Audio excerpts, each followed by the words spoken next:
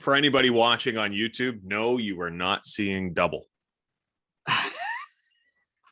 Two bald guys wearing t-shirts.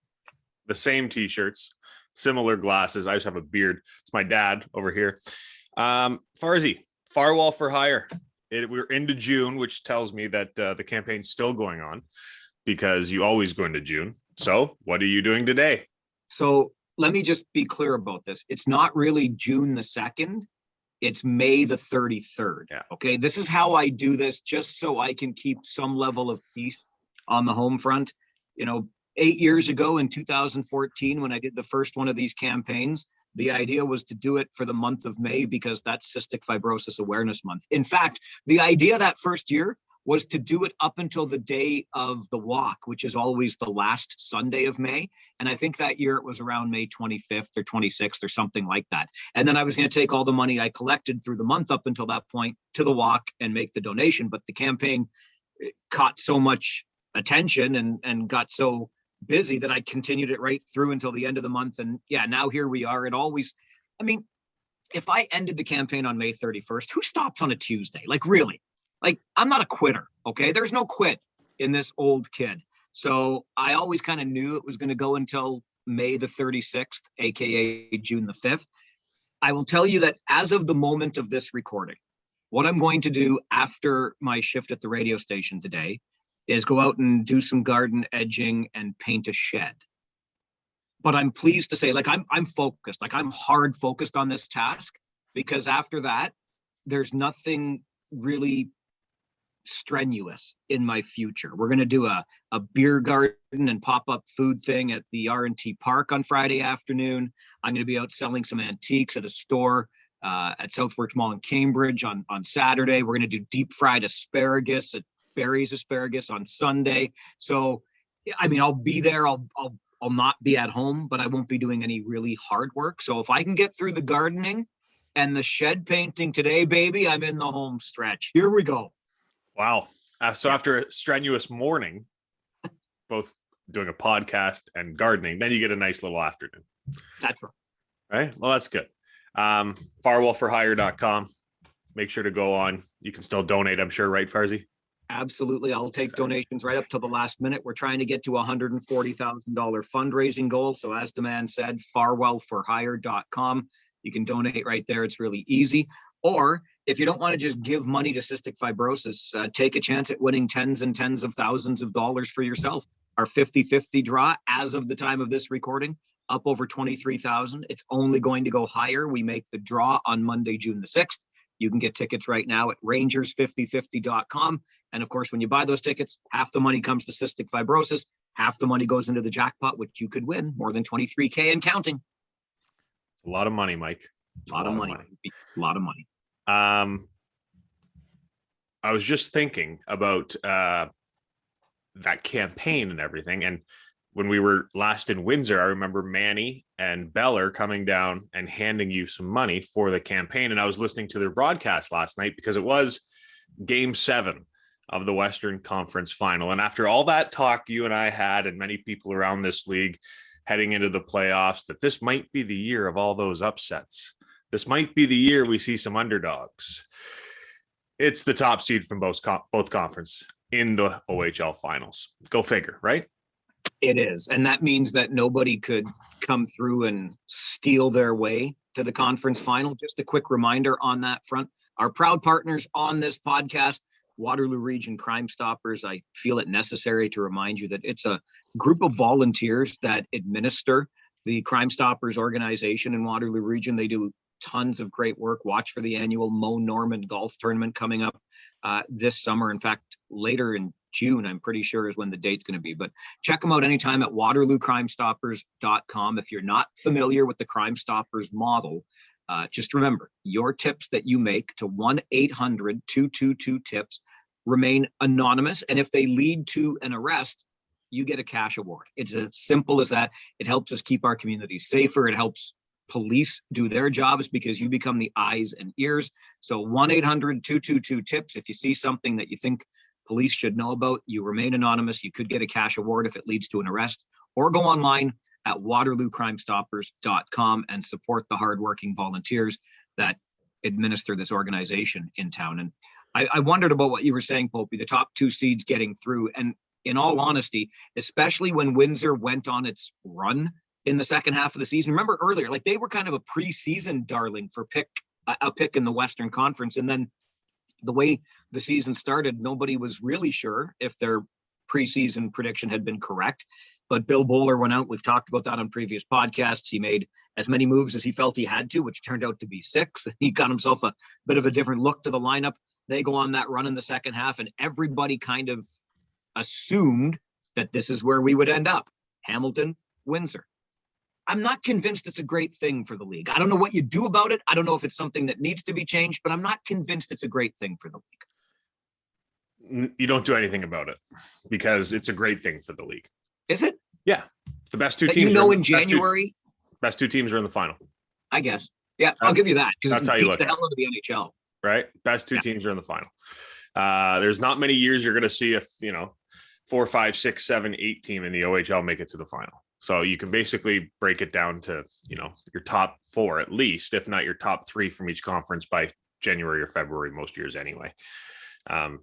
There's very few upsets in the OHL. That's what we talk about. It's not just in the first round, it's every round. And I'm just excited that both of the conference's best teams, we're going to see the best 2 teams in this league go head to head. And I think we were talking about it last night. I really don't know what's going to happen. Hamilton obviously is a buzzsaw right now, like so good. But Windsor's that team that just, I don't know. They're so fast. They have so much offense. And apparently they're getting goaltending now because when did that happen?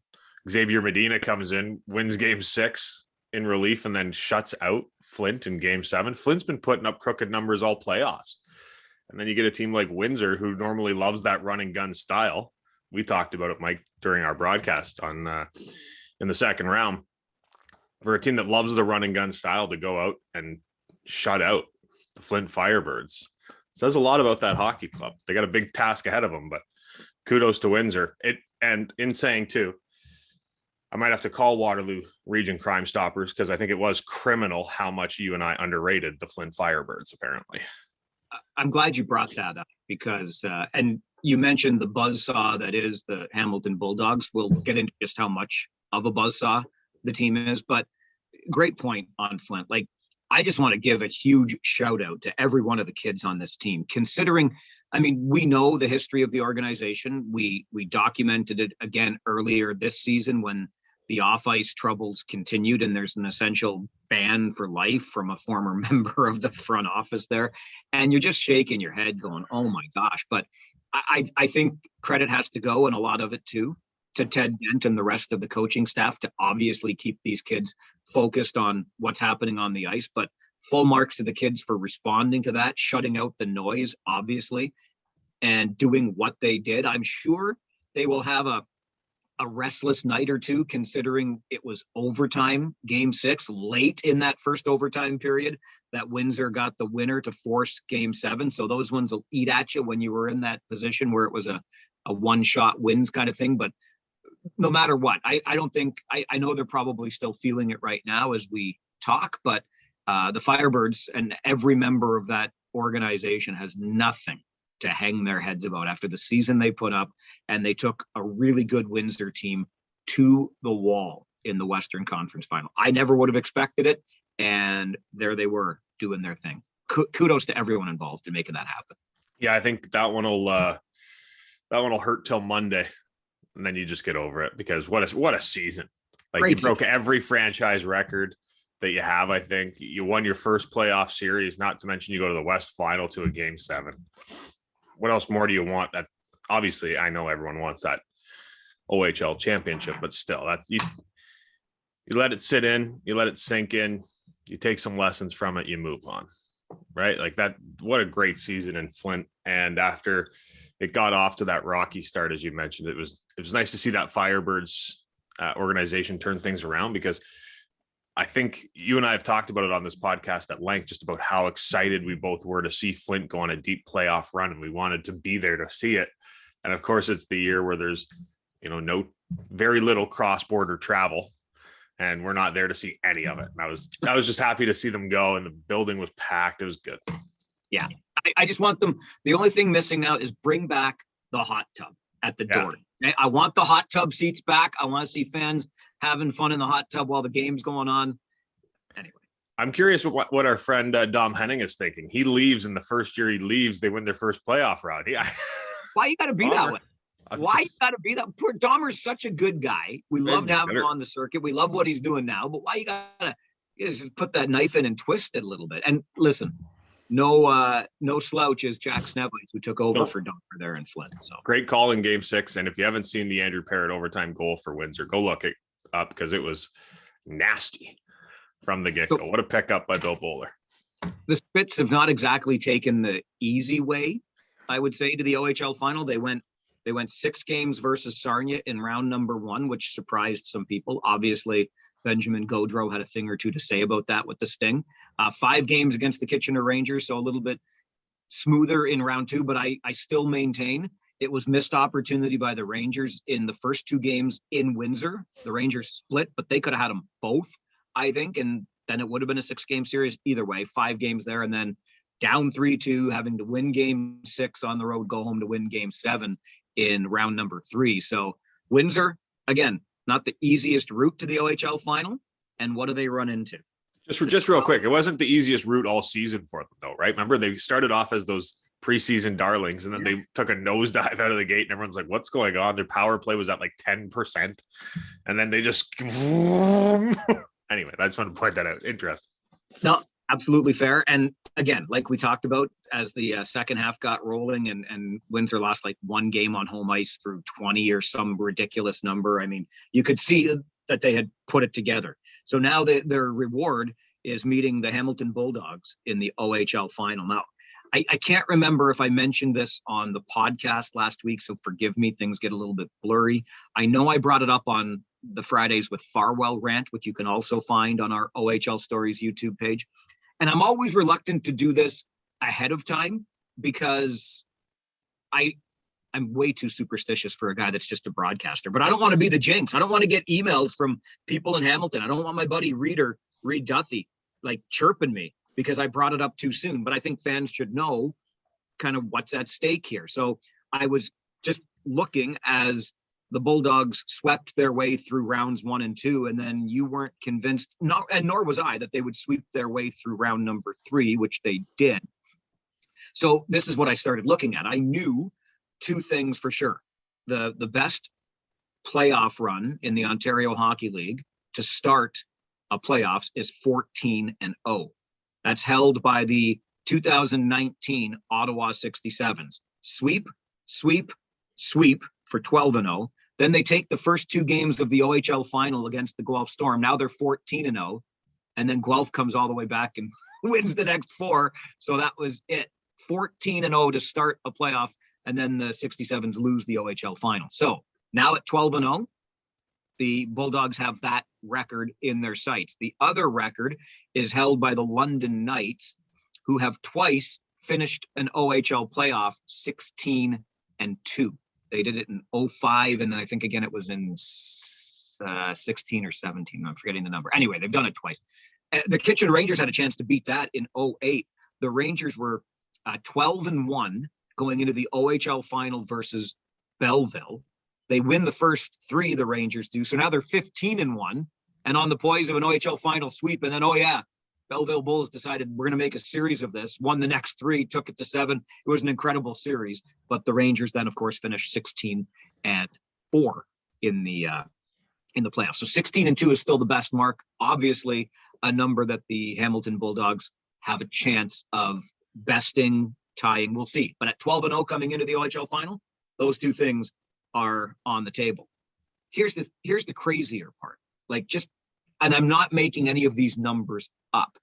As I was looking at the playoff records, I decided, I thought to myself, I think the Bulldogs finished the regular season pretty strongly too. So I started looking back, and indeed they did. They won 10 in a row to finish the regular season. So you take 10 wins to finish the regular season, now 12 in the playoffs.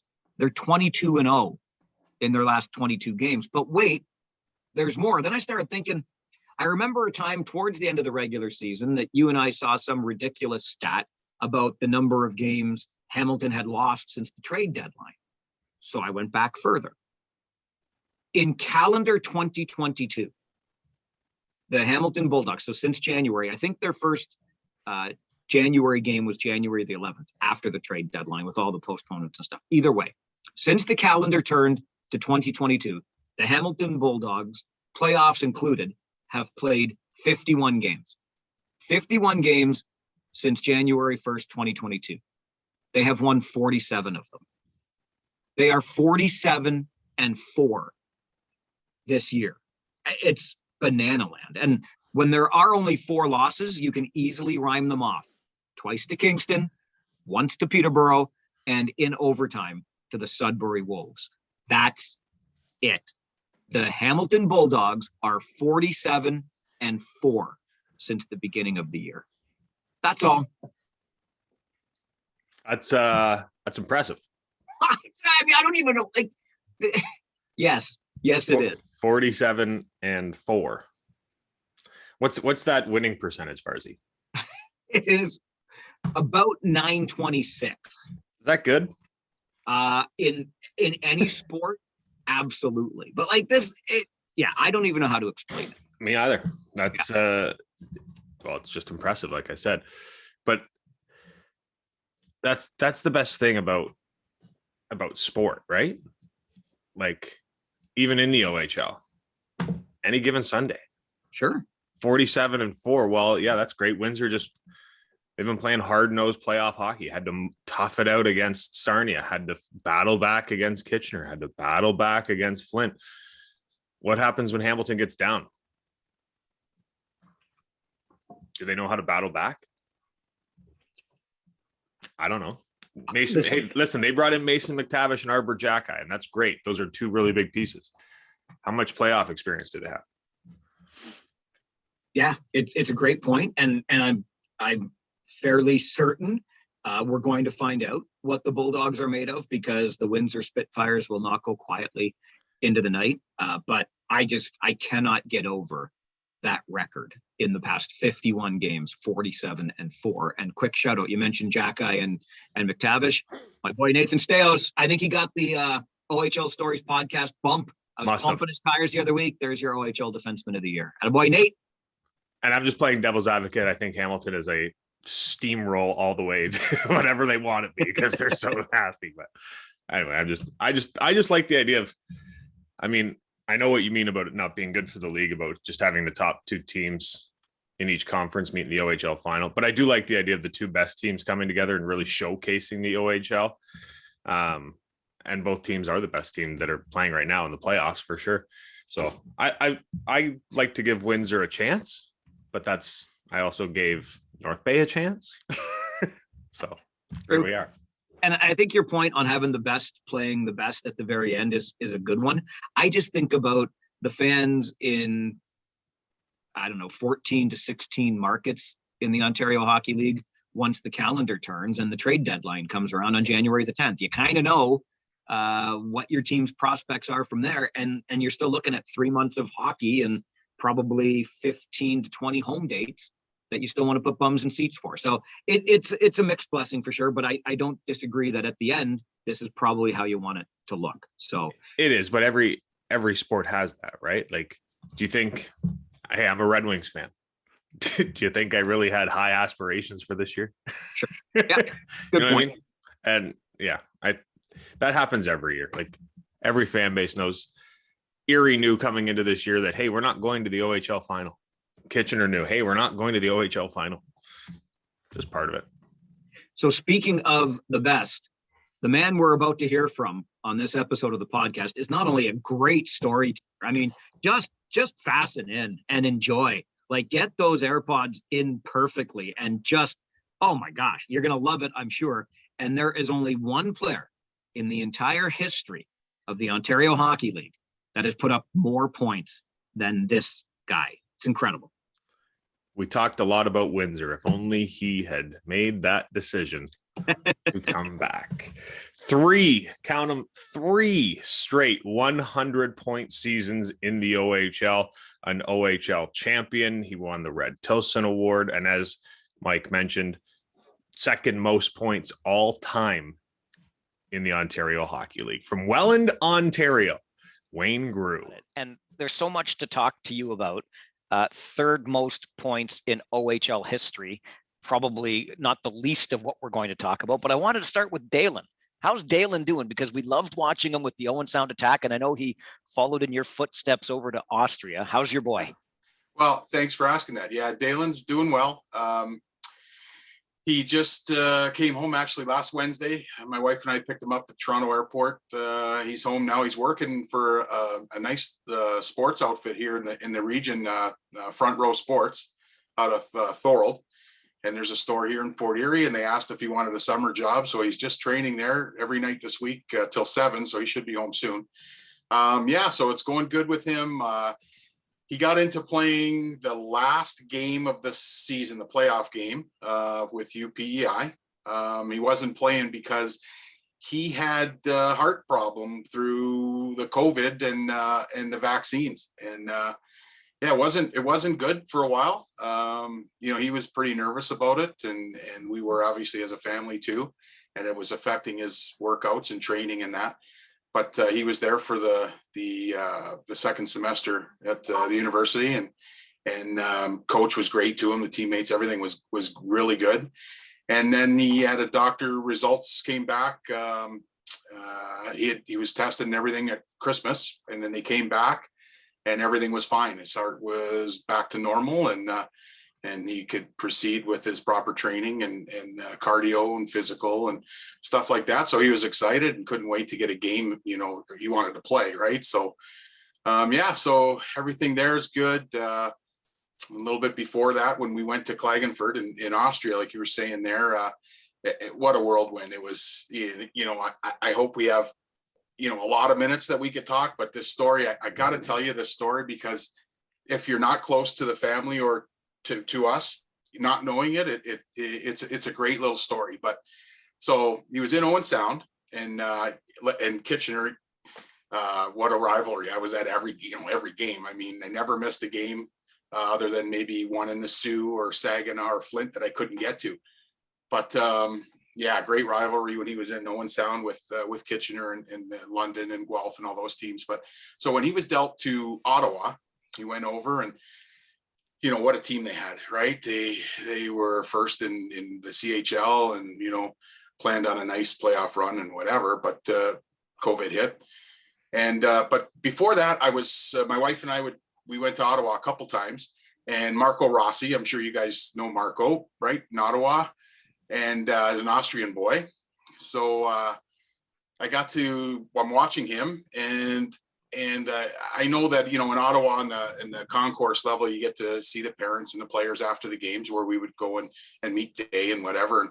And I seen this kid walk out in his underwear, and he's going to meet his family and that.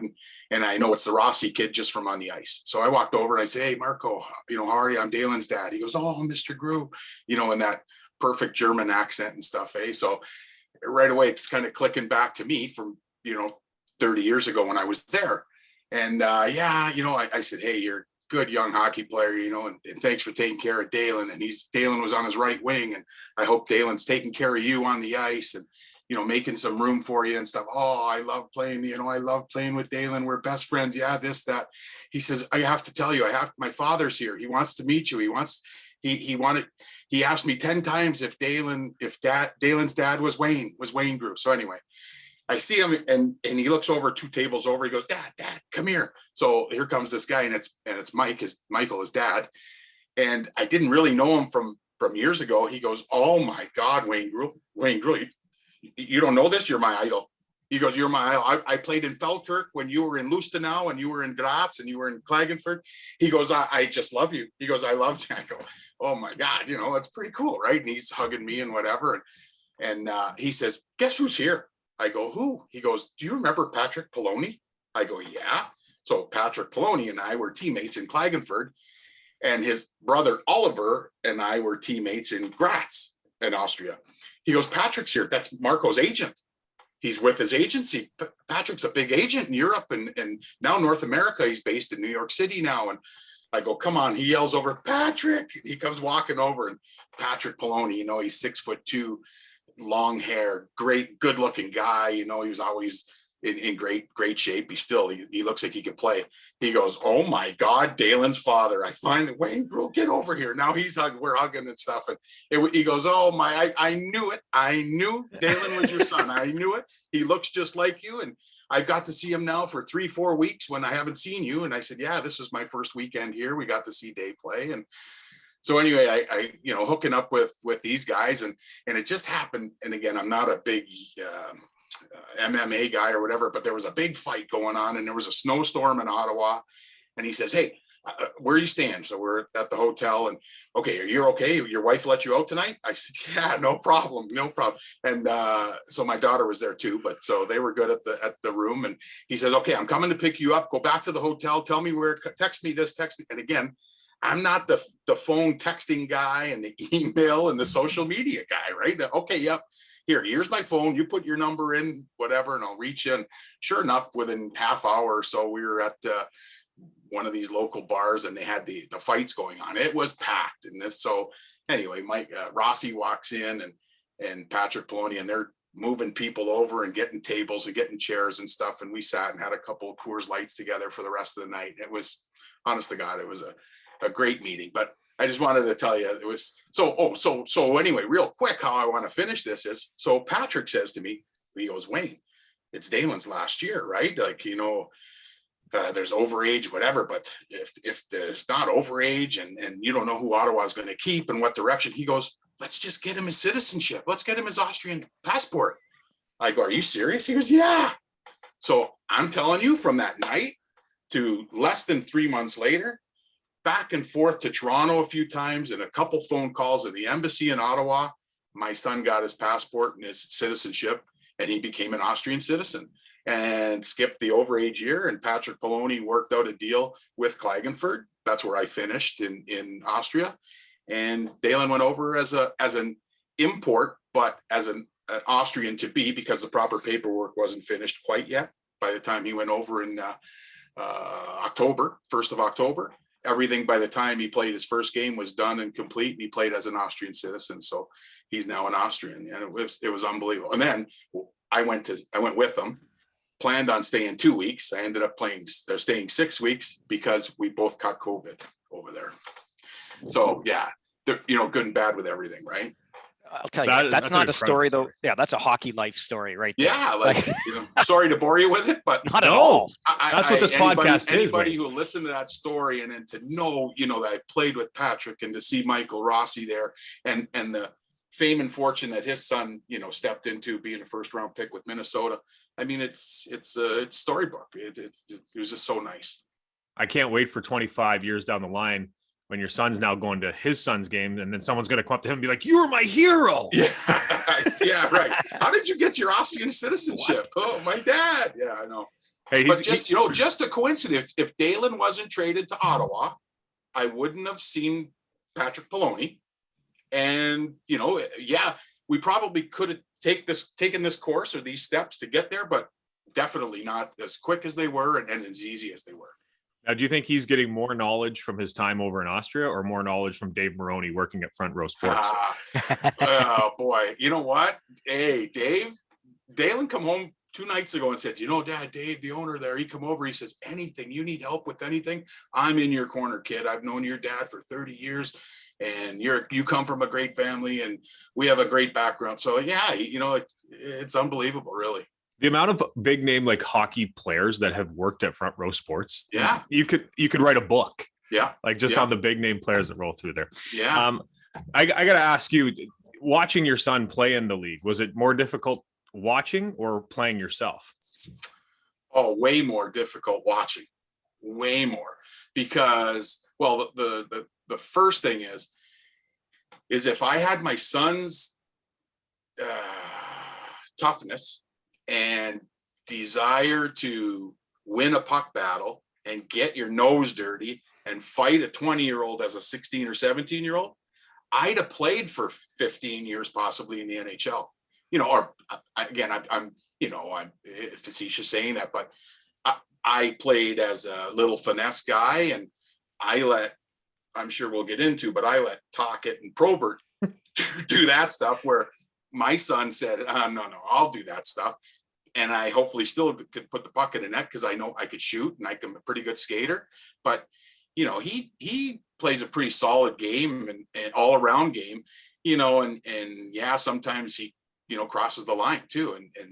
And what I'm getting at about watching, boy, oh boy, it was like, you know, every second shift I'm grabbing onto the arms of the chairs going, hey, no, you know, keep your stick down, or, oh, you don't need to drill that guy. Not that this time of the game, you're up by 4, you know, so all that learning stuff, you know, was up to me to teach him. And so, yeah, but boy, if I had his heart and desire and strength and willingness to get dirty, yeah, I would have been more of a complete player again 30 years ago, and things might have been different, you know, for a small guy back then.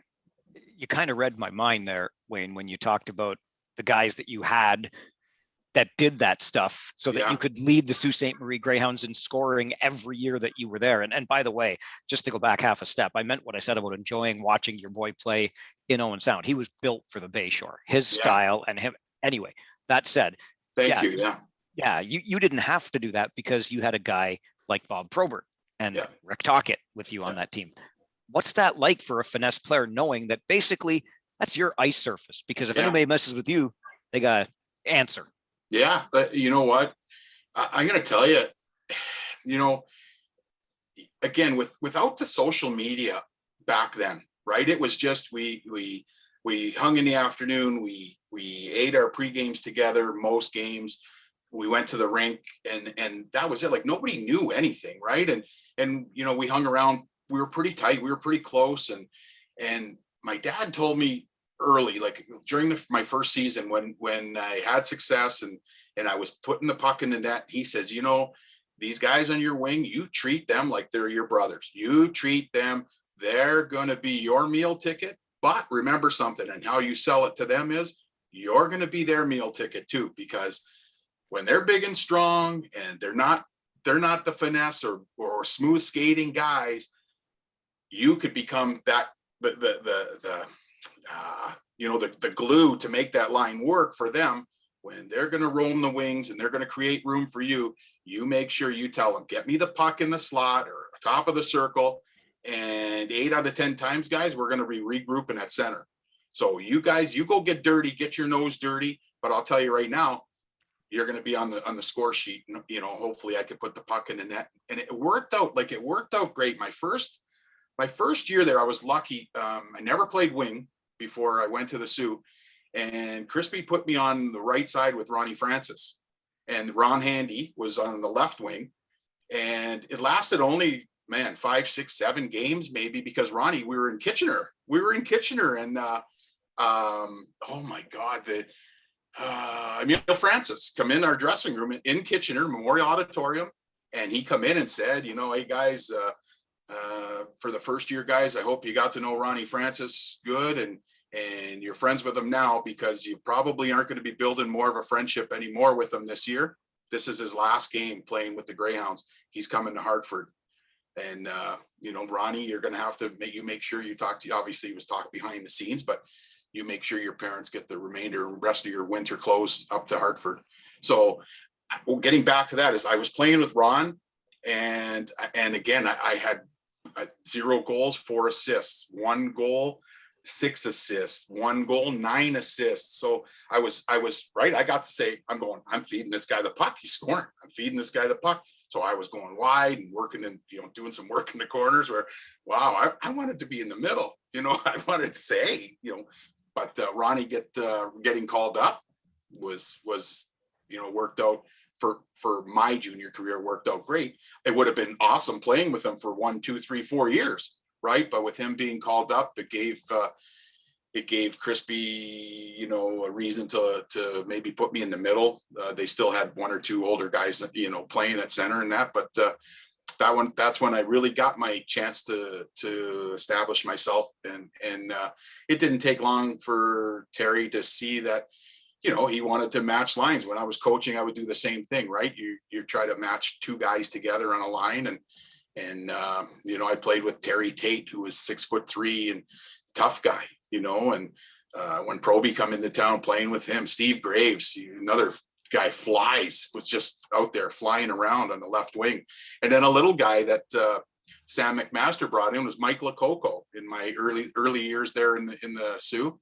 He was the fastest guy on our team for sure. And we played together, just in and out. And again, Tocchet was on the right side saying, okay, you guys, let's go. You guys like two little mice on the ice, and I'll make sure I create some room for you, But Tocchet and I, we became best buddies back then. And it was awesome when Probert was there. I only knew Bob on the ice, after our games or practice. He kind of did his own thing, had a couple buddies that he hung with and stuff. But on the ice, we were best buds. I would tell him, feed him, in the dressing room or on the bench. Hey guys, we got some room over here. This defenseman, he's brutal. We're Crispy's putting us out against a third pairing, or this guy, let's go work him. Dump the puck in there, in that corner. We'll get things done. And yeah, it was a big eye-opening experience for sure. How we fed off each other. Myself in the middle with right and left wingers, we all had a job to do. We all knew it, and we got it accomplished. And to say it wasn't hard, it wasn't hard. Like I see these guys now, the shape they're in, I can't even imagine. I see my son, what he does in the summers to get in shape, whatever. But it really was, how the guys would tell you years before. I would go to the YMCA in Welland. I grew up in Welland, and ride a bike and spray some water on me and lift, do some curls and whatever. And that was it, right? I went to training camp to get in shape. We would run around the rink a little bit, and but to see the work these guys put in now, now it's hard, right? It's hard. It's off season's hard. The competition is just, it's so hard. But yeah, so. You mentioned obviously Ron Francis, 1,700 plus games. His career's writes itself. Yeah. Talk to me. I like watching Talk on TNT because I can tell he's still not afraid of anyone, and he will deck anyone in the face that comes near him if he wants to. Yeah. And then you have arguably, and I don't even think arguably, the greatest tough guy to ever play the game and added offense in Bob Probert. Yeah. Who, as Mike knows, I'm a Red Wings fan. I loved Bob Probert. Yeah. But as a guy who didn't have that in their bag of tricks, when you're looking over and you got Tocchet and Probert, what were some of the things said to you on the ice? Because I'm sure you're scoring the goals, and they're like, "Hey, you better watch it, man." And then you're there was a lot of, "Hey, get out of the way. Hey, get back up." Well, I'll tell you the brawl with Hamilton, the Steelhawks, the big brawl on CHCH TV, right? So some guy hit me in the boards, kind of a little bit behind and whatever. And, I kind of chirped and said something to him, whatever. And then it kind of started from there. And Rob Vecchio, little guy, I think he's from Sudbury. We actually connected, and we're talking as we speak, kind of, because he's got a son playing in Mississauga in the OHL. But anyway, tough guy. And he got in a big fight with one of the guys at the blue line. And as soon as that fight happened, I don't know if you could see it, but anyway, there was a couple guys trying to get at Bob because they knew, one was Delgarno, the big guy, Brad Delgarno. And then he had another guy too. And I kind of go, geez, Bob's going, get out of here. He's looking I thought he was mad at me, right? He's going, get out of here. So I'm kind of backing up, and this Delgarno guy, he's reaching in, and I seen him wanting to throw a punch or whatever. And I grabbed him and I kind of threw him this way. And all of a sudden, Bob, he's dropping his gloves. And then when his lights went on, his eyes went, every direction. Right. And then now he's boxing, and this guy, he could, he threw him both hands. Like, you guys watched 100 of his fights, and he wants to throw, he's throwing uppercuts. He's thinking he's Muhammad Ali in there, and it's a show, and he ain't losing. Right. So it was just like, oh my God, I got the best seat in the house, but I'm still scared. I'm going, oh no, I'm looking around going, come on, I'm ready for somebody to jump me, and I've got to go somebody. But there was 2 or 3 times that lasted for probably a good, I don't know, we went into intermission, and it started in one corner, and we went all the way down the ice to the far end, and he looked after me almost as much as he beat everybody up that he fought. Like, it was, and honest to God, like, it was And I'm going, oh my God. And in between periods, like, again, people never got to see it, right? That, you know, hugging and high-fiving and, you know, kissing and whatever we did. Like, it was, you know, Graham Bonner, another, how about, you know, him, how he played, right? And yeah, it was just a crazy afternoon of hockey there. But, you know, that happened more than a couple times. Chris Brandt, we had a fight, again, I'll get changing from that fight story to, we were playing Kitchener in the playoffs, and we were in the Sioux, and oh my God, Carmen Vanny was a guy on playing in Kitchener, and he was their tough guy, big Italian guy, right? Nothing against Italians, but kind of like one eyebrow and hair all over, and he looked like he was 40, right? And we're going, oh geez. And they were going at it. And so Chris, Probert and Chris Felix, our captain at the time. And so we're all hyping Chris Brandt up and calling him Chief, right? Chief, he's native. So he come in with headgear with the feathers and everything. And he goes, oh, that's it, boys. I'm going right to center. And I'm standing there like this. I go, oh, geez, what are we in for now? This is pregame. This is warm up, right? We never even started warm up. Brawl. You know, and it was good. I wish I remembered more of everything that was said, or, you know, things that could have been captioned more. But yeah, geez, you know, and here I am, I'm blushing and I'm sweating just talking about these stories, because the memories it brings back, it's like, wow, I'm 18 again, and you know, and things like that don't happen anymore, right? Every rule and league, you know, it's taboo now, right? So later that same playoff, I was curious about another time. You mentioned playing Kitchener, swept them. Then you get the bye. You give up a single point to Hamilton in the third round, but then the OHL final, and you're up against the Peterborough Petes. Yeah. And as I understand it, before one of the games in that OHL final, the Petes were watching your game day skate, and Probert didn't take too kindly to that. No. Well, what happened was, so we go 33-0 at home, right? And then we cruise through the playoff rounds till we get to Peterborough. So game one in Sault Ste. Marie, Peterborough comes in, they beat us, right? So now it's like, oh geez, we lost at home. And again, game two tie, I think it was a tie. So we were down 3 points to 1. So we were going into, and at that time, Crispy's lost his mind, right? He's like, oh my. So anyway, so, you know, so we got a nice long bus ride.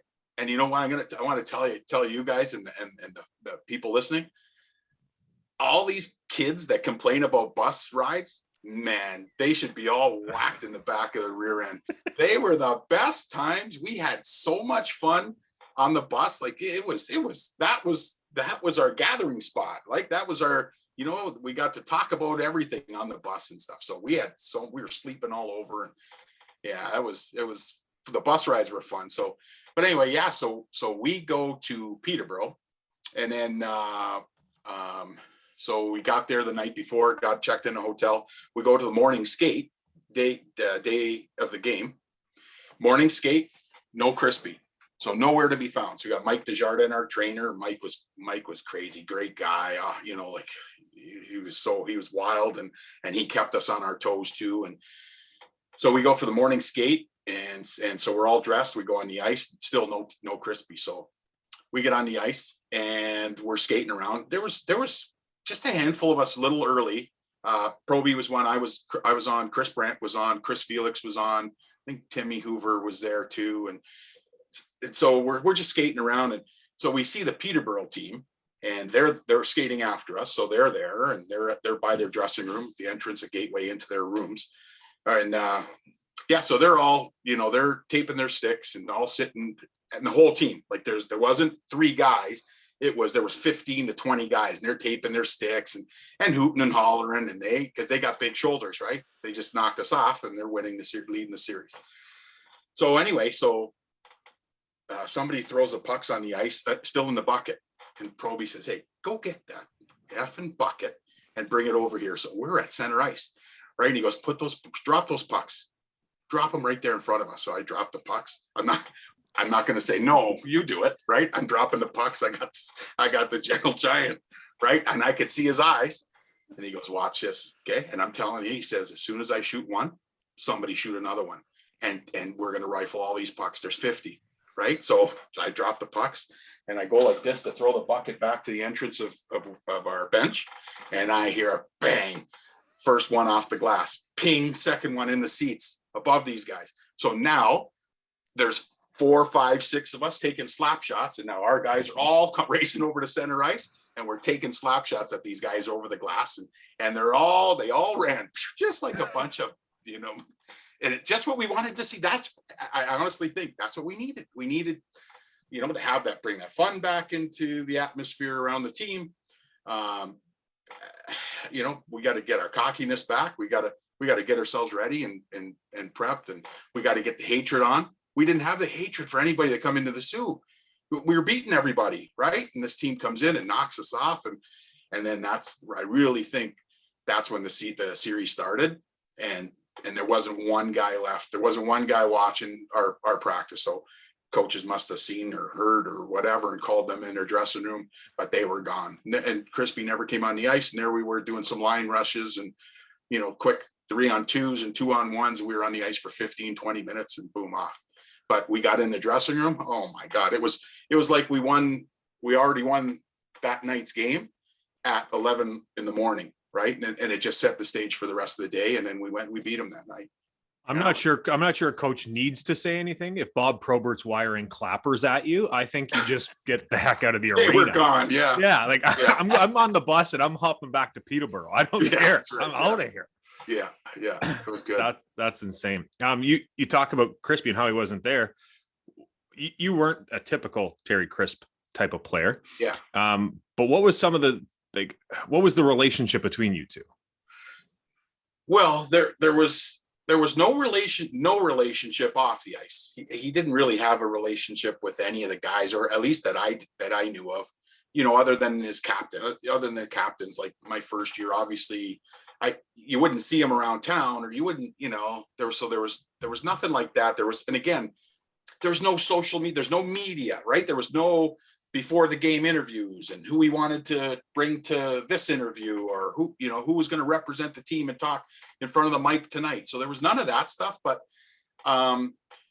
listen, Terry Crisp was a Broad Street bully from the Philadelphia Flyers heydays, right? So, and he brought that, he instilled that in us. We all had to, even I had to be as tough as I could play and as tough as I wanted to play. But, he made sure he reminded me if I wasn't. But he loved the Terry Tates and the Huey Larkins and the Rick Tocchet's and the Bobby Proberts and the Ken Sabrins and Jeff Bookabooms.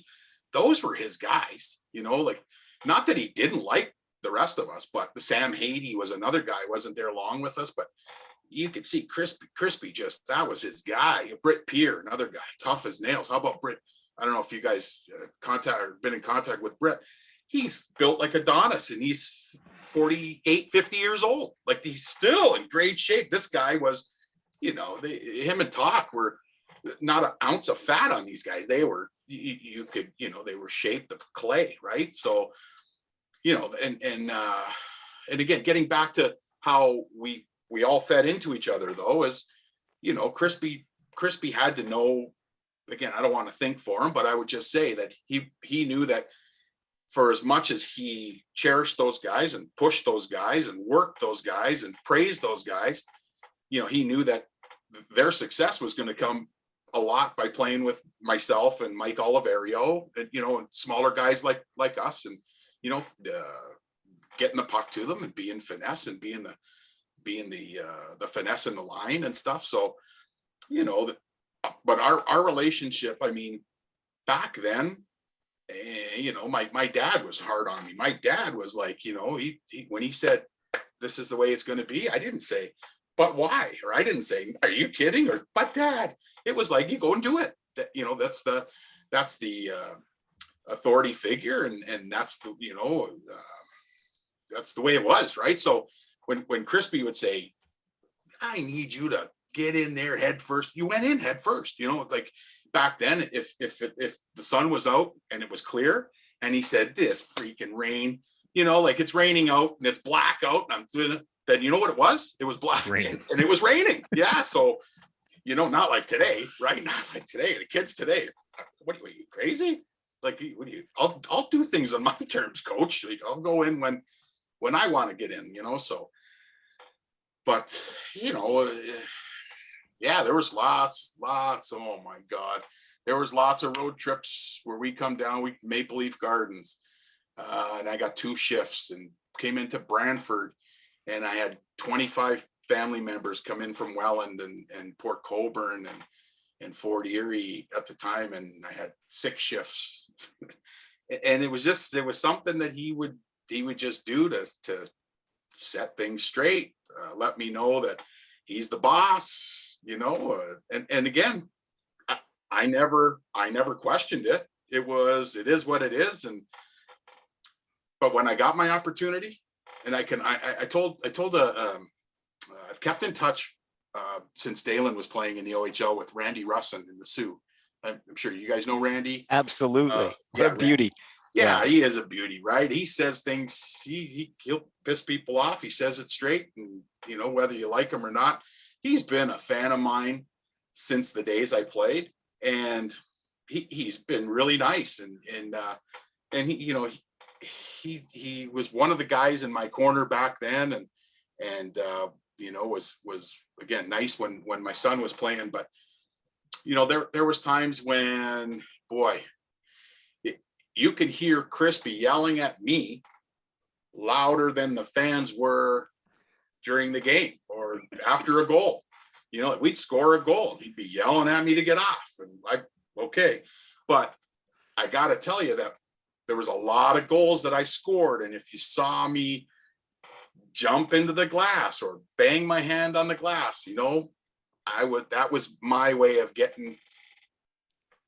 voicing my opinion or voicing my voice to say, yeah, sit me again, put me out in the third period when we're down 3-1 and we end up winning 5-4 or 5-3. And I did what I had to do. See, I wonder if that's the mental. I swear to God, guys, there was a lot of those games. There was, you know, I forget what season it was. It might have been my first season. We had Richard Bone was a 20-year-old centerman at the time, and Crispy really liked him. He's a good guy. Richard was a good player. He really worked hard, and he was just focused on hockey and all that. And we had a home and home with Sudbury, and we were in the scoring race together, and we were within a point or two or whatever of each other.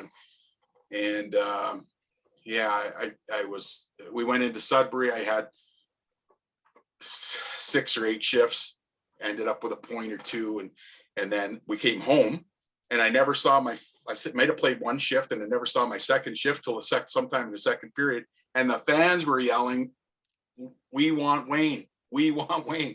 I don't know if it forced him a little bit, or he felt bad to put me on the ice. Anyway, I think I finished with 3 points that game, and I won the scoring title. Again, what a big feat, 66 points, but I remember it, and you guys remember it. And anybody who looks at the stats, you know, stat sheets from back then will say, geez, the kid led the team for 4 years and come in as a 16-year-old.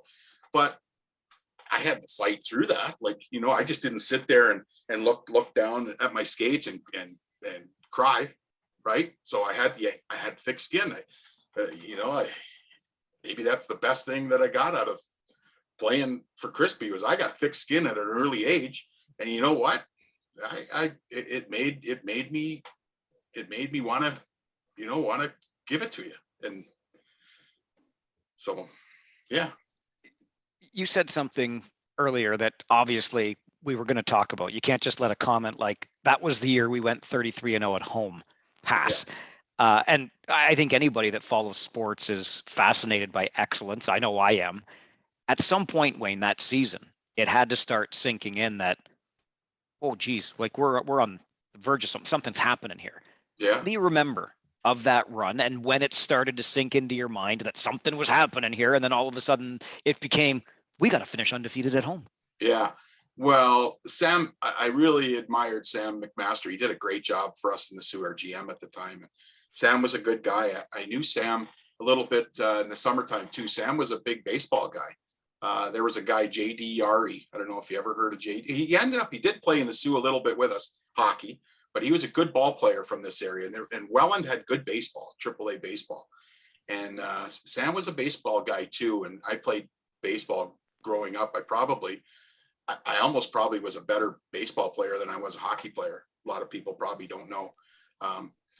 So back then, I knew Sam for a little bit, and Sam made some trades, some pretty shrewd deals that year, and brought in Wayne Presley and some guys to finish our team off. And Chris Pusey, not Pusey, Mosey in net, right?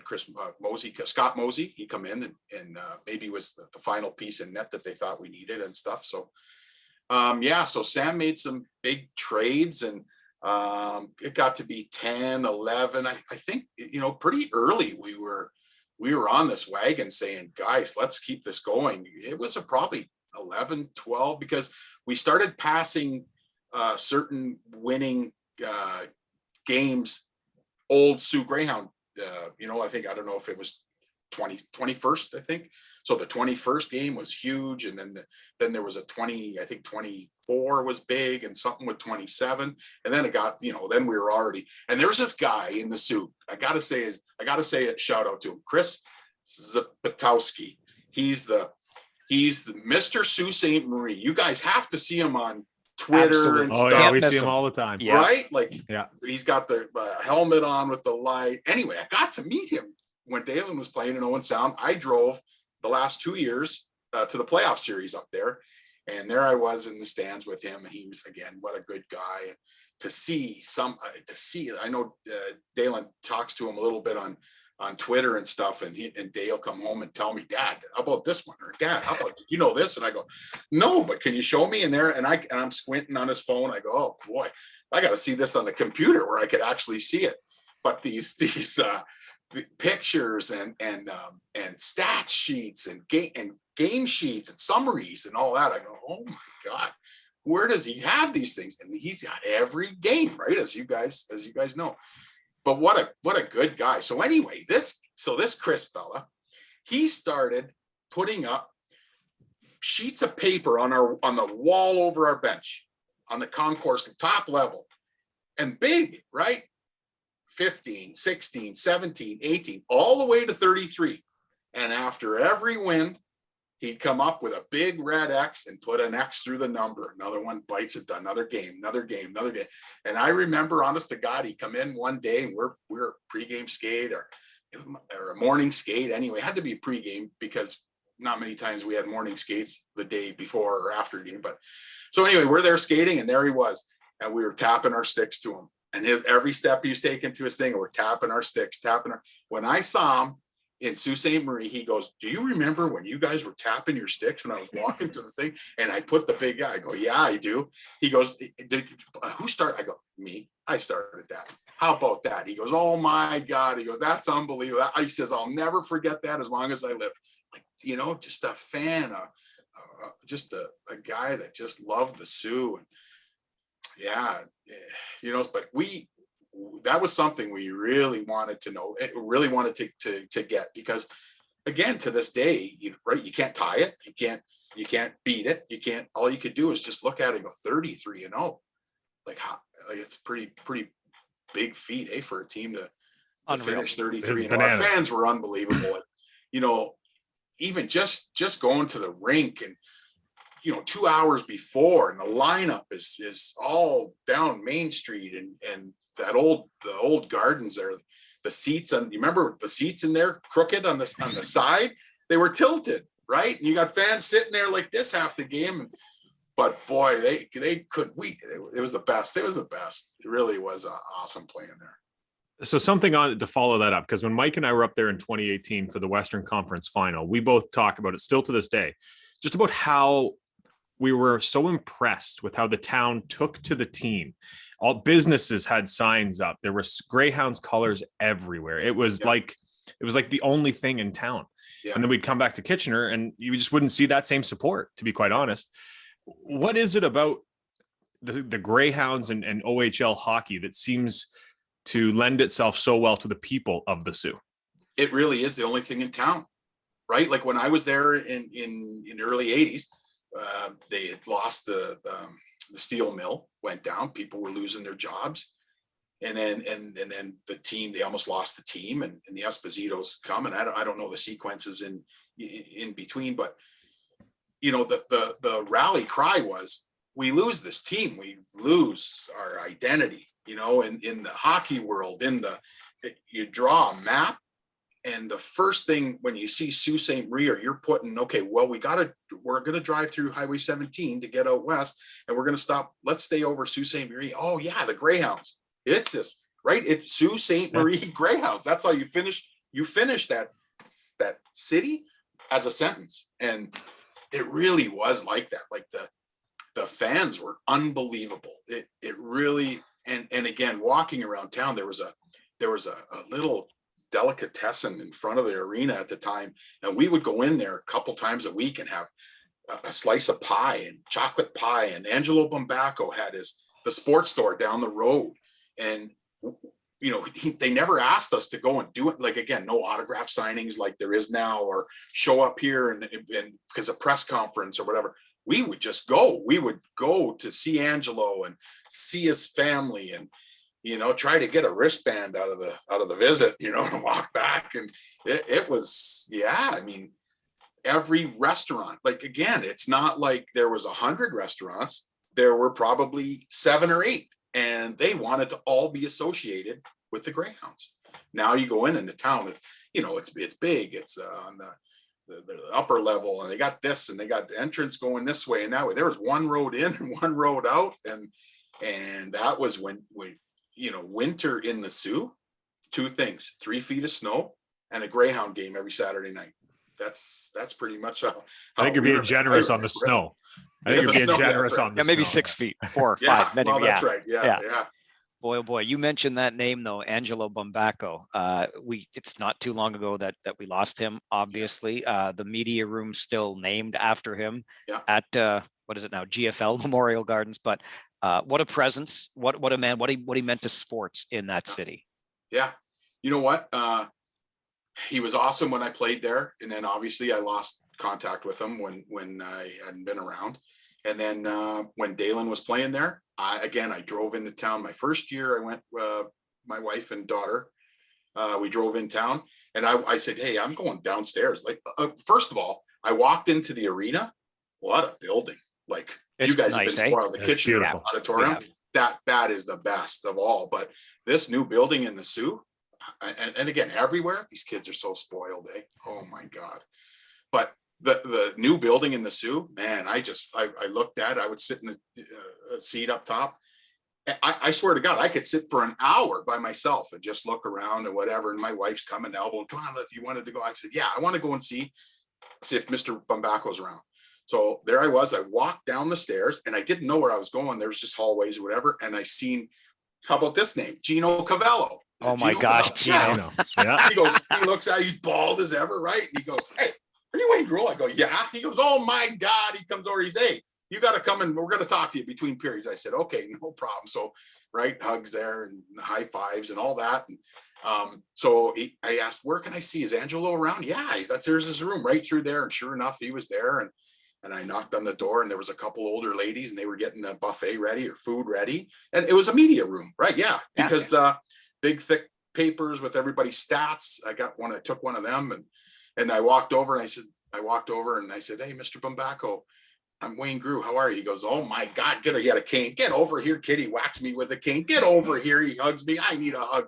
How the hell have you been? And goes, and we're talked for a little bit. He leans over. He says, these guys here, I told them to draft your kid. I said, well, yeah, it would have been nice, but I'm here anyway. I'm happy to see you and stuff. And God rest his soul. We lost him a couple of years ago. Yeah, absolutely. Real quick, sorry, Chris, but when you talk about that arena, one of my favorite parts of it, Wayne, and this is just because it just happened, is that wall of fame they have outside the Greyhounds dressing room. Yeah. And we were just there towards the end of the season, and I was looking, and I'm like, how can Wayne's name not be on there, the all-time leading point scorer in Greyhounds history?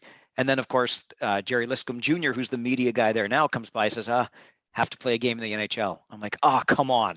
And it stings a little bit. I did. Yeah, I played one game. Then why aren't you on that wall? Well, again, why isn't anybody contacted me to say, hey, it's been 35 years. Like to recognize what you did for our city and team. We want to say hi. I don't know. I don't know. Okay, we're gonna get that fixed. That's it. This podcast is gonna get that absolutely. fixed. No, Come on. But honest to God, so Chris and so going back to Chris and Randy Russ, these guys have been, so nice. Like some of the posts that I see and Randy's stories and how many times he said something. And again, how many people read the thing? I don't know. The hockey nuts do, the hockey guys do. But I have no idea. Could you imagine? Like I can't even imagine that, because Daylon's had a handful of his buddies say, hey, these are supposed to be, I don't even know these guys. Like I don't know. I don't know. Names up 9 there. out of 10. Yeah. And your dad's done this, that, and the other thing, and he's not on this wall. It's I don't know.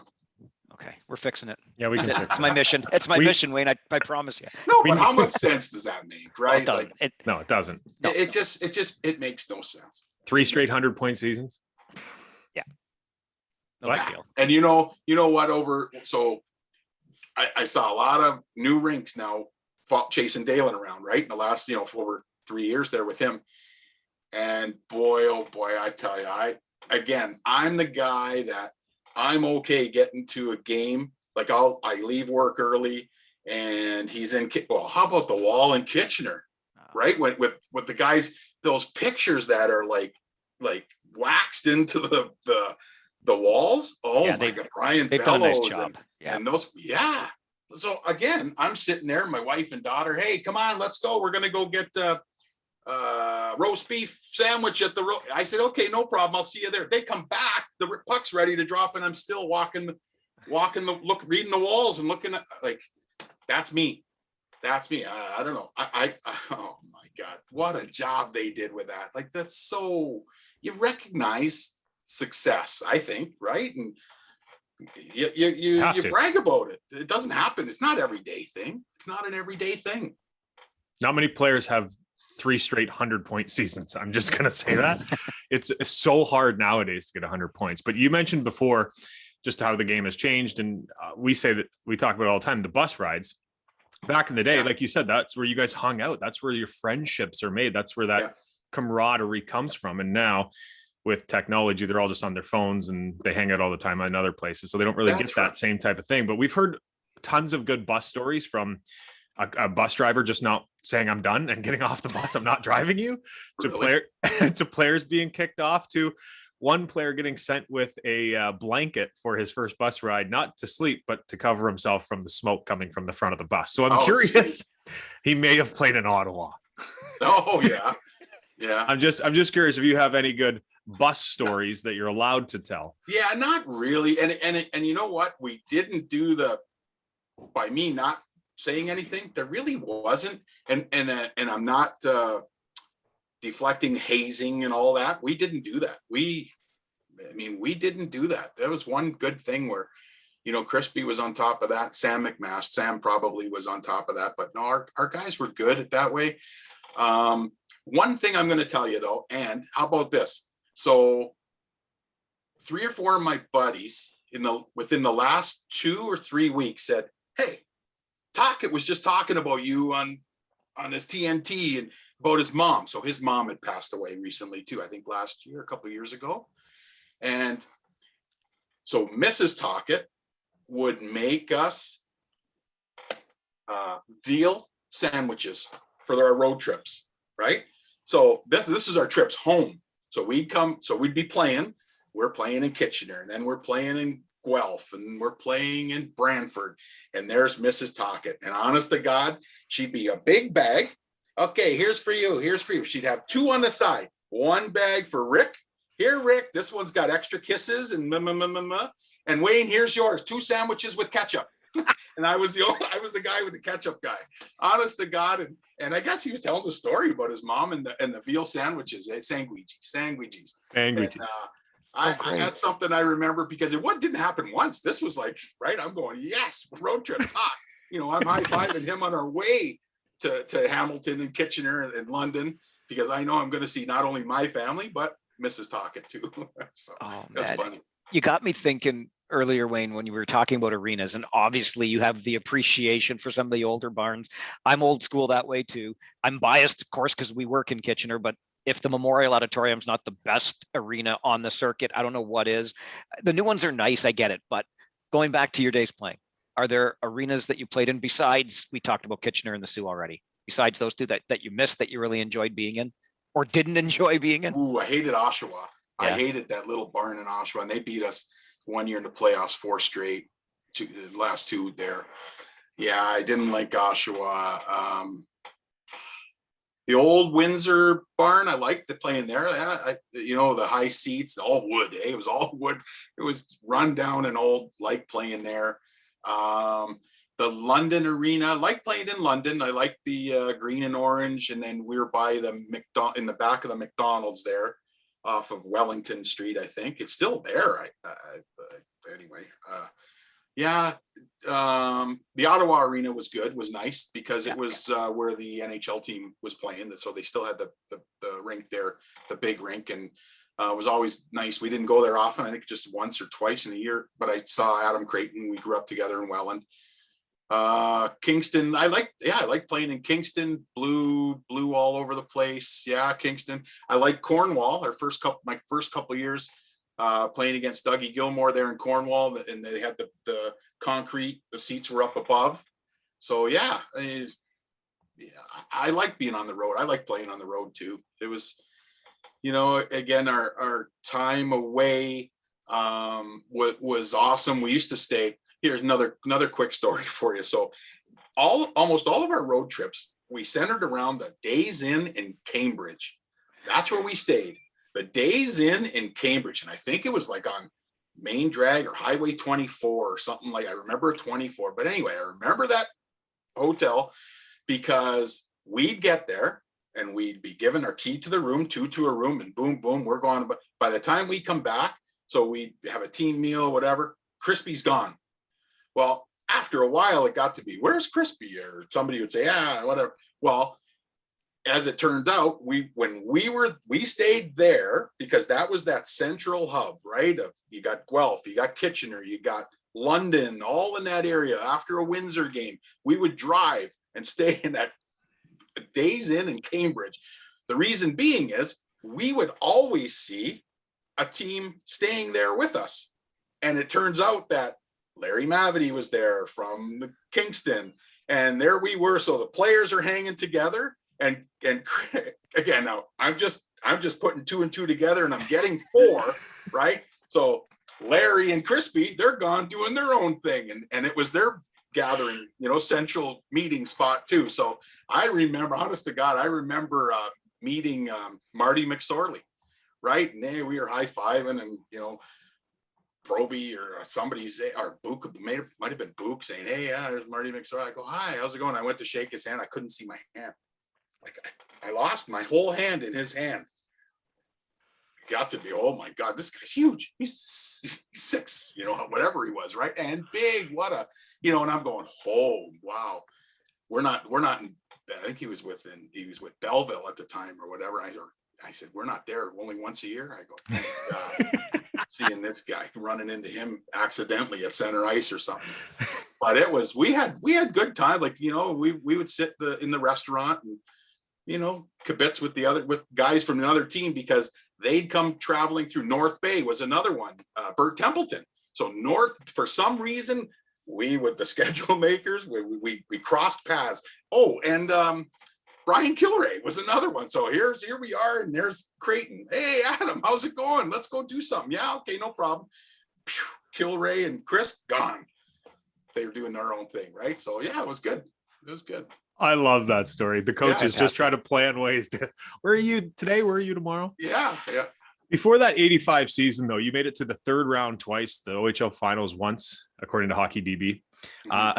How, having those failures and then finally getting over the hump in that final year, what was that feeling like? Yeah, it was good. It obviously exciting and good, but a lot being the first year, second year, whatever, third year, I was more along for the ride. We had some great veterans, like, again, I mentioned Huey Larkin and Latta and Steve Smith, the little Steve Smith from Trenton, Philadelphia first round pick. He was tough as nails, only 5'10", 5'11". Dirk Reuter, my first year, Ronnie Francis, again, these guys, so I was just a guy in the background. I was good with that. I was, seeing these guys, like, I didn't, when I got there, I didn't shave. I didn't, and I'm looking at guys with full beards. I'm going, I'm looking at you. I'm going, how old are you? I thought this league only went to 19, right?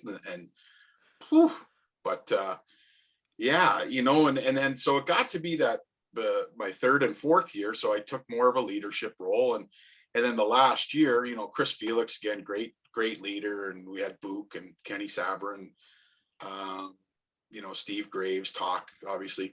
So, we kind of just, how many times are we going to do this? Let's go. And then again, like I was saying, Sam made a couple early moves that we knew as players, we knew pretty much coming into camp, that they were going to do everything they can to help guide us, put us over the hump. So it was up to us. It was on our shoulders, right? They put enough talent on the ice and the mixture of skill and toughness. And yeah, we rewarded, I think, too, Crispy and Sam and management too, with pretty solid efforts for most games. I think we lost 11 games that year. And, we're a good bunch. We didn't get in trouble. We weren't trouble in town, and we knew the consequences, and it was simple. Again, when Crispy talked or Sam talked, that's the way it was. And we knew, you screw up, you're going home, no second chance. And that's kind of the way I was too, even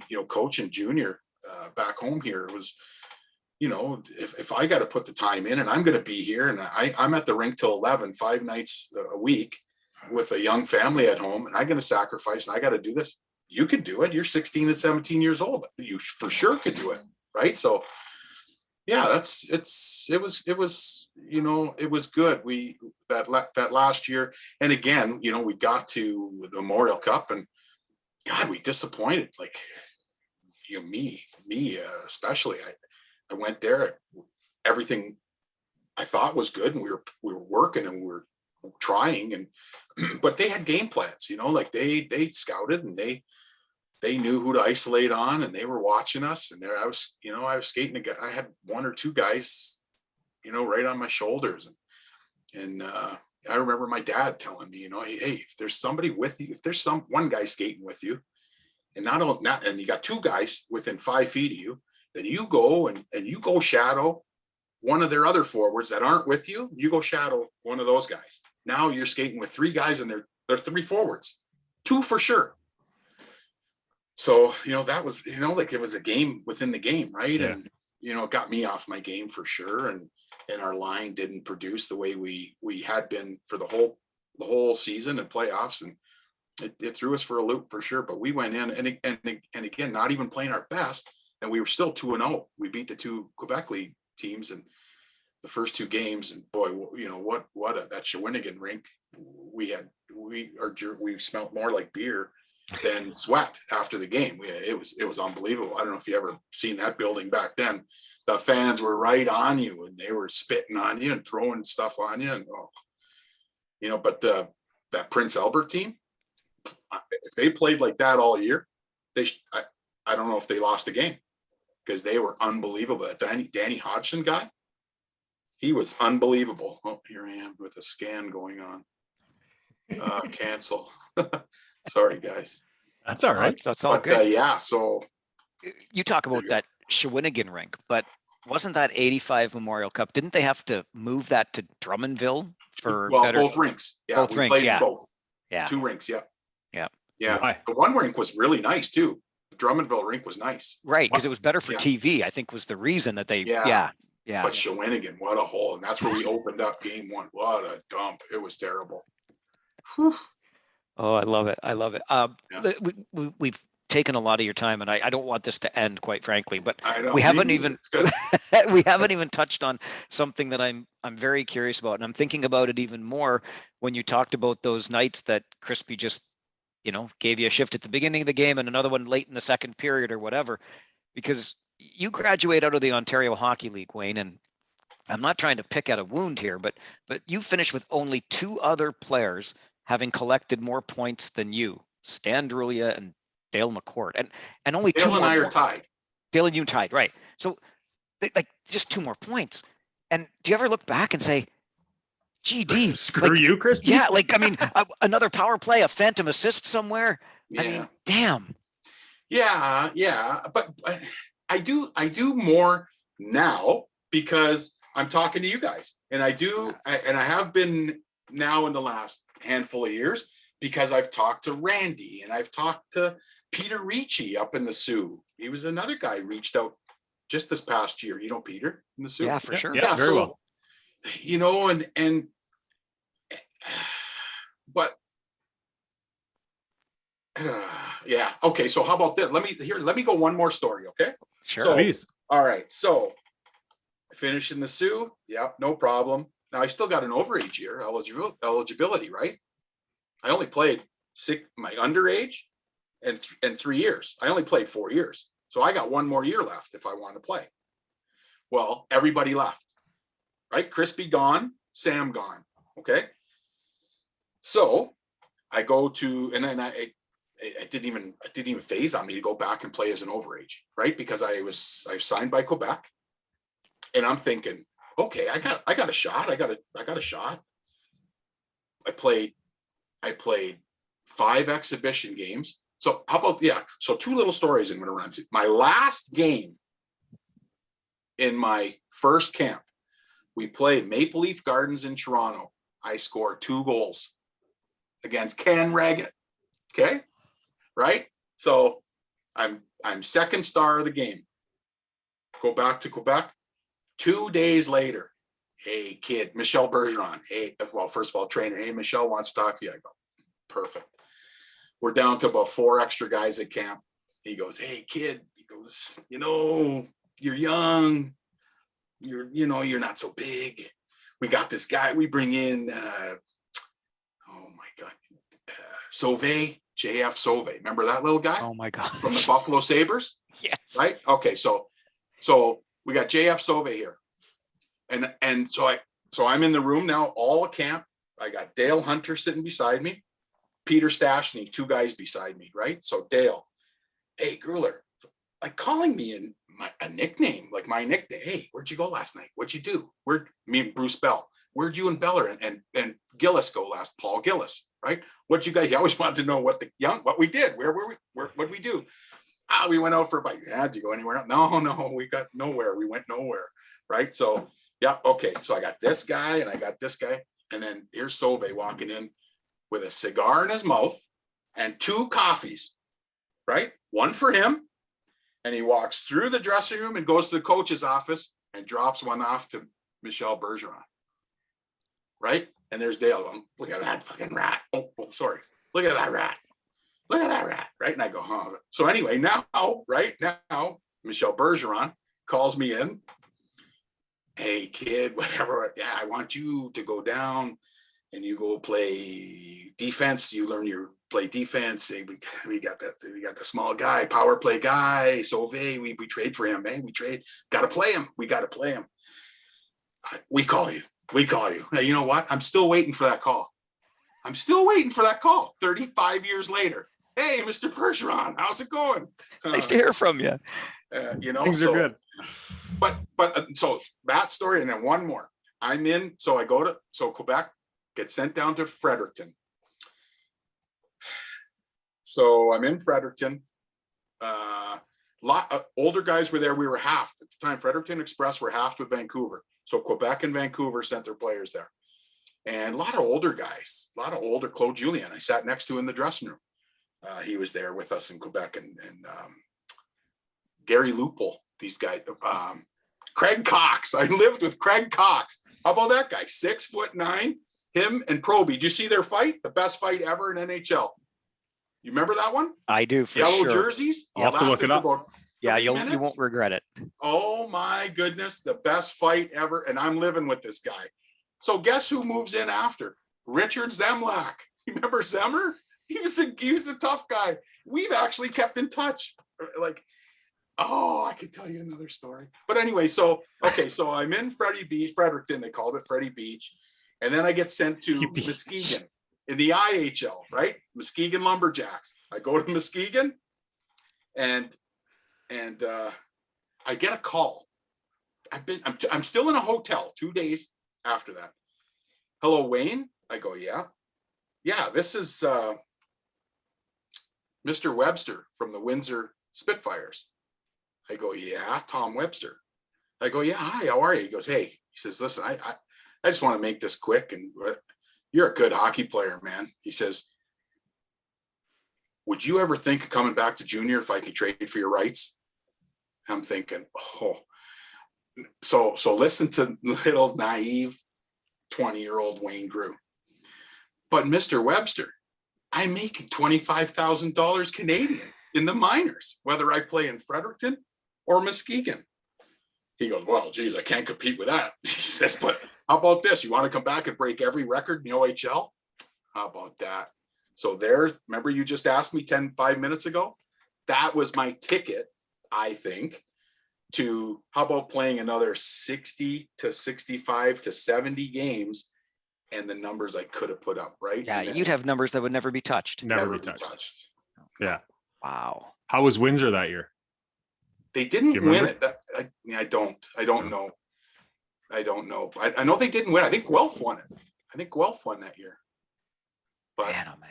yeah, talking about, getting back to the numbers and that. So yeah, like, I don't know, like even my numbers now at 477, there's not the good players, the excellent players now, they don't play enough games to really, I don't think to chase that record, Oh.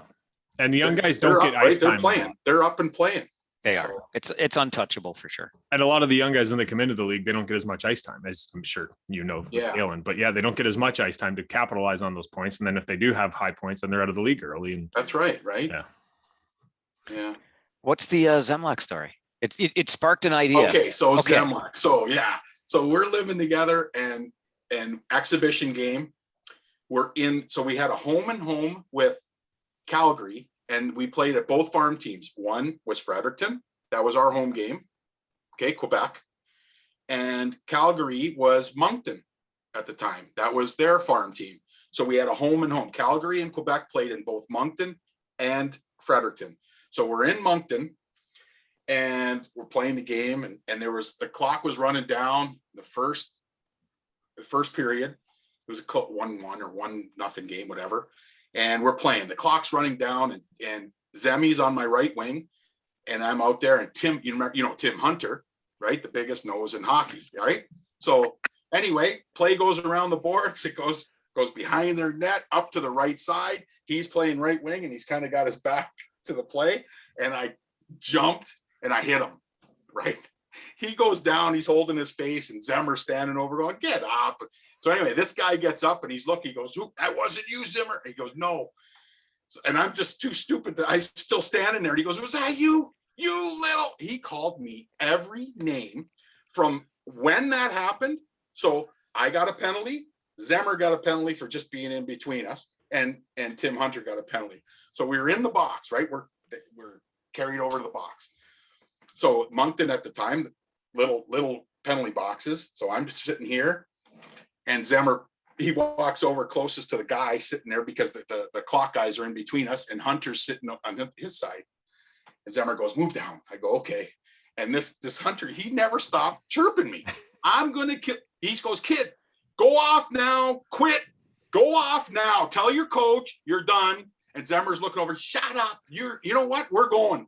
And he goes, you're going to fight for that kid. He goes, yeah, we don't, I'm not only his right winger, we live together. You're going down. So Zemlak and Tim Hunter are screaming at each other. And and Zemmer, I swear to God, he pushes me with his right, and he goes, just look ahead. Just look ahead. Don't even look at this guy. Right. So now I made the sign of a cross, and I'm looking straight onto the ice. I'm not dare looking, right. And they're going at it. So sure enough, the penalties are over. He goes, just go. Zemmer goes, go. Right. So I get off and right to our bench. I look back. They left their gloves and stick in the box. They didn't even make it out. and they were going at it right in front of the penalty boxes. I tell you, it was so fun. Like, it's funny now but that's how I remembered Zemmer. Like, you know, and I said to you, social media and stuff, we kind of hooked up, and how I introduced myself again after 25 years to Richard. I said, hey, I don't know if you remember me, but this is Wayne Groulx. We played together. He goes, would you stop already? How am I forgetting you? You know, like, yeah, you know, I was going to tell him, you saved my life. Yeah. Like, look at the career that Tim Hunter went and had, right? And that's one of the pound for pound toughest guys in the league. But yeah, just funny story. Fun, so great. A lot more funny now than when I was sitting. It's just sitting there, crossing yourself up. Yeah. Let me get across the ice. The ice.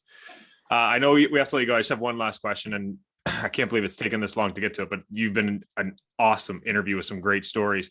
Thank you. You won NHL game as a member of the Quebec Nordiques, and of course it is against the Montreal Canadiens. In the Forum. What? Yeah. I don't even know if there's a question. Just what was it like? Because they don't take that away from you. I remember it. You know, Crispy called me over. Sam was walking down the stairs in the Sioux. And he says, are you ready? And I go, am I ready? And he goes, yeah. He says, you just got the call. You're going up, or you're meeting Quebec in Montreal. You're flying out. And I go, oh my God. And it was a quick whirlwind or whatever. And I flew into Montreal, got into the rink, just with like some of my equipment, right? Not even all of it. They said, you got your stuff from training camp. I'm going, geez, okay. You remembered me from training camp? So I get there, and there's my stall, my name. Even back then, hey, they had that, and I got a dozen Sherwoods. I was using Cohos, but dozen Sherwood sticks with my name on it. First ones with my name. I go, oh my God, like, this is it. This is, you know, and went out for practice in the morning skate, and it was awesome. The guys were so good. A handful of them remembered you know, from training camp and talking. And again, Dale Hunter and Peter Stastny, they were really, really nice, really good guys. And yeah, those two I'll remember for a long time, how nice they were to me anyway, and as a young guy. And it was good Beller was there, Bruce Bell, and again, Gillis, a younger guy. So it was nice seeing those guys. We were keeping in touch. And then, the game itself, I had one shift. Bergeron put me out there. It was 1-1 in the game. My shift lasted probably about 28 seconds. I went out, I hit Guy Carbonneau, knocked him off the puck just in their side of center. I got the puck, I dumped it in, and I went off and skated one time around, kind of went off. And that was it. That was my only shift in the NHL. But to sit on that bench, we won 3-2 that game. And I remember a couple of the older guys, French guys, Mario Marois, come in. He goes, "Hey kid, you're the key. You're the key." And then Blake Wesley, "Yeah, the monkey," he yelled out. But the monkey, yeah, I go, "Well, whatever you guys got to say, I'm here to listen." So, you know, but yeah, it was a funny story. That's Dale Hunter is a nice guy. I think that's the first time that's ever been uttered on this podcast, Poper.